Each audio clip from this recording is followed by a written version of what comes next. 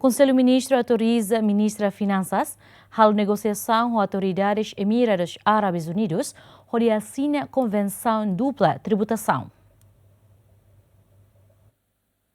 Encontro Conselho Ministro Quartane, Ministra Finanças Santina Cardoso apresenta a proposta nebe maihusi Emirados Árabes Unidos quando vai atuação na convenção IDA onde evita dupla tributação, não prevene evasão fiscal e a área imposto sira ba rendimento. Honune Conselho Ministro delibera não autoriza Ministra Finanças onde halo negociação com a autoridade Emirados Árabes Unidos nian onde apresenta contraproposta onde assegura repatriação justa, o custo no benefício IDA entre nação rua no garante promoção investimento IDA nebe efetivo. Autoriza a senhora Ministra das Finanças a tua contraproposta para negociação para a repartição justa para benefícios nebe Timor-Leste ou Emirados Árabes Unidos bela eta onde investimento bela eficaz.